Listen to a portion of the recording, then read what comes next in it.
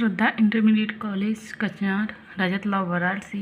आज हम कक्षा 10 का विषय चैप्टर नंबर 3 घर की सफाई पढ़ा रही थी। वह चैप्टर हमारा कंप्लीट हो गया है। अब उसी के आगे हमारा अति लघु उत्तरीय प्रश्न शुरू कर रही हूँ। इसमें देखिए पहला दिया है क्वेश्चन, कूड़ेदान का प्रयोग क्यों करते हैं हम लोग। इस विधि में घर का कूड़ा नगरपालिका की गाड़ियों द्वारा नगर के बाहर पहुंचा दिया जाता है और वहां इस कूड़े की छटाई होती है। ठीक है, कूड़ेदान का हम लोग प्रयोग इसलिए करते हैं कि वहाँ पे कूड़ा डाल के कूड़ेदान में रख देते हैं, तो वह कूड़ा कहीं जाता है नगरपालिका के द्वारा, तो वहाँ पे कूड़े की अलग अलग सफाई, कागज़, प्लास्टिक, डिब्बे, बॉटल सबको अलग अलग करके उसकी सफाई की जाती है। फिर है प्लास्टिक के सामान की सफाई आप कैसे करेंगी। प्लास्टिक के सामान की सफाई यानी प्लास्टिक के फर्नीचर की सफाई किस प्रकार की जाती है। प्लास्टिक के सामान की सफाई के लिए गीले कपड़े पर साबुन लगाकर रगड़ना चाहिए, फिर साफ ठंडे पानी में धोकर साफ गीले कपड़े से पोंछकर सूखे कपड़े से रगड़ने से चमक आ जाती है। ठीक है, फिर तीसरा क्वेश्चन देखिए, मक्खियों से बचने के लिए प्रमुख उपाय बताइए। मक्खियों से बचने के लिए सभी खाद्य पदार्थों को ढककर रखना ही एक प्रमुख उपाय होता है।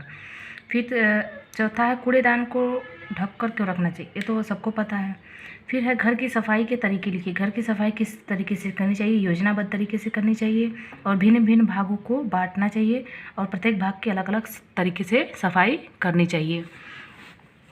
फिर है देखिए, 2 बीज संक्रामक पदार्थों के नाम यानी जिससे मतलब कि हम लोग साफ़ करते हैं क्या क्या, फिनाइल डाल के और DDT। वैक्यूम क्लीनर की उपयोगिता लिखिए। वैक्यूम क्लीनर के 2 लाभ बताइए। देखिए वैक्यूम क्लीनर हमने आप लोगों को उधर बताया था। वैक्यूम क्लीनर द्वारा सभी भागों में एवं वस्तुओं की सफाई सुगमता से की जा सकती है। यह एक उपयोगी यंत्र है। इसके प्रयोग से समय एवं श्रम की बचत होती है। ठीक है, दैनिक सफाई से आप क्या, दैनिक सफाई तो सबको पता है कि दैनिक सफाई हम लोग क्या करते हैं और किस तरीके से। ठीक है, फिर अगला क्वेश्चन देखिए, इसमें दिया है घर की सफाई के 4 उपकरणों के नाम लिखिए। घर की सफाई के 4 उपकरण झाड़ू, पोछा, ब्रश तथा बाल्टी, इससे हम लोग क्या करते हैं, सफाई करते हैं। स्टील के बर्तनों की सफाई कैसे करेंगी। देखिए स्टील के बर्तनों को गर्म पानी में अमोनिया या चूने की सफ़ेदी का घोल बनाकर साफ करना चाहिए अथवा केवल गर्म पानी व विम से धोकर कपड़े से सुखा लेना चाहिए। ठीक, फिर है स्वास्थ्य की दृष्टि से घर की सफाई के विषय में लिखिए। यानी कि हम अपने स्वास्थ्य को ध्यान में रखते हुए घर की सफाई को, और जितना हम लोग साफ़ सफाई करेंगे उतना ही हमारा मतलब कि क्या हो जाएगा। देखिए इसमें दिया है साफ सुथरा घर सदस्यों के स्वास्थ्य में वृद्धि करता है तथा परिवार के सदस्य स्वस्थ व फुर्तीले रहते हैं। साफ घर में परिवार के सदस्य प्रसन्न, उत्साहित तथा अधिक कार्य करने के लिए प्रेरित होते हैं। गंदे घर में निवास करने से निराशा, उदासी तथा आलस्य जैसे विकार उत्पन्न होने लगते हैं। ठीक है, अगर साफ सफाई नहीं करेंगे तो हमारे घर में क्या हो जाएंगे, वहाँ पे पूरी व्यवस्था आपकी नहीं रह पाएगी, अच्छी नहीं हो पाएगी। ठीक है, फिर अगला है टॉपिक हमारा है कि कूड़ा करकट को ठिकाने लगाने की सर्वोत्तम विधि क्या होती है। ये तो सबको पता है, कूड़ा करकट नष्ट करने का सर्वोत्तम विधि क्या होता है, उसे हम लोग क्या करते हैं, जला देते हैं। फिर है 13वां क्वेश्चन इसमें दिया है, वार्षिक सफाई का क्या अर्थ होता है। वार्षिक सफाई यानी कि जो वर्ष में केवल एक बार होती है, जैसे हम लोग दीपावली हो गया, होली हो गया। ठीक, तो यह जो साल भर में एक बार होती है वह क्या होती है, वार्षिक सफाई।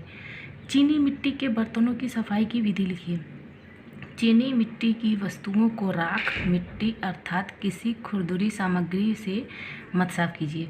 ठीक है, इससे उस पर खरोच पड़ जाएगी। साधारण पानी साबुन, जो चीनी मिट्टी के बर्तन उस पर क्या करना चाहिए, साधारण साबुन या पानी से साफ करना चाहिए, अगर ताकि उस पर खरोच आ जाती है तो वह बर्तन जल्दी से ही क्या हो जाता है, ख़राब हो जाता है। ठीक है, फिर देखिए अगला टॉपिक हमारा क्या है कि घर की सफाई के प्रकार लिखिए। आप लोगों को बताया गया था घर की सफाई कितने प्रकार की होती है, दैनिक सफाई, साप्ताहिक सफाई, मासिक सफाई और वार्षिक सफाई। ठीक है, तो यह सफाई हमने आप लोगों को बताया था।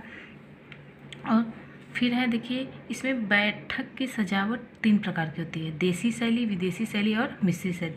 देखिए बैठक मतलब कि ये सब क्या है, आज के सब दौर में क्या करते हैं, देसी शैली का भी प्रयोग कर रहे हैं, विदेशी में कर रहे हैं और मिश्रित शैली का भी प्रयोग कर रहे हैं। फिर चांदी के बर्तनों की सफाई किस प्रकार की जाती है? चांदी के बर्तनों की सफाई किस प्रकार की जाती है? जैसे है चांदी इसमें देखिए 2 क्वेश्चन बना है। चांदी के बर्तनों को किस पदार्थ से साफ़ किया जाता है? चांदी के बर्तनों को देखिए साफ़ करने के लिए 1 किलो पानी में 1 चाय का चम्मच नमक, 1 चाय का चम्मच सोडा डालकर उबालिए। चांदी की वस्तु उस घोल में डालकर कुछ देर तक उबालिए। 5-10 मिनट में उसकी गंदगी दूर हो जाएगी, वस्तुएं निखर आएंगी। ठीक है, तो अगला क्वेश्चन है, घर को साफ रखना क्यों आवश्यक है? घर को हम लोग साफ क्यों करते हैं, किस तरीके से रखते हैं? घर को स्वच्छ और साफ रखने के लिए निम्न कारण है।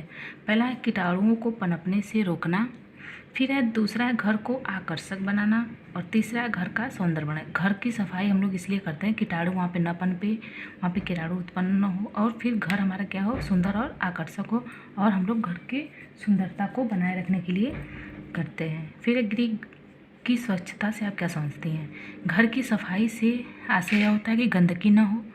दूसरे शब्दों में सिद्धांत रूप से जिस वस्तु को जहाँ नहीं होना चाहिए उसका वहाँ पाया जाना ही गंदगी है। प्रत्येक वस्तु को अपने निश्चित स्थान पर पाया जाना स्वच्छता या सफाई है। ठीक है। तांबे के बर्तनों को किस पदार्थ से साफ किया जाता है? तांबे के बर्तनों को चूने की सफ़ेदी से साफ किया जाता है। ठीक है, यह तो था हमारा अति लघु उत्तरीय प्रश्न। इसमें सारे देखिए इंपॉर्टेंट क्वेश्चन है। ठीक है, तो आप लोग इसमें सारे क्वेश्चन को एक बार पढ़ लीजिएगा। ठीक, फिर इसके बाद अगला चैप्टर यानी अगला पार्ट हम लोग अगले दिन शुरू करेंगे। ठीक है, तो आज जितना हमने आप लोगों को, इसके बाद आप लोग बहुविकल्पी क्वेश्चन भी देख लीजिएगा। ठीक है, बस।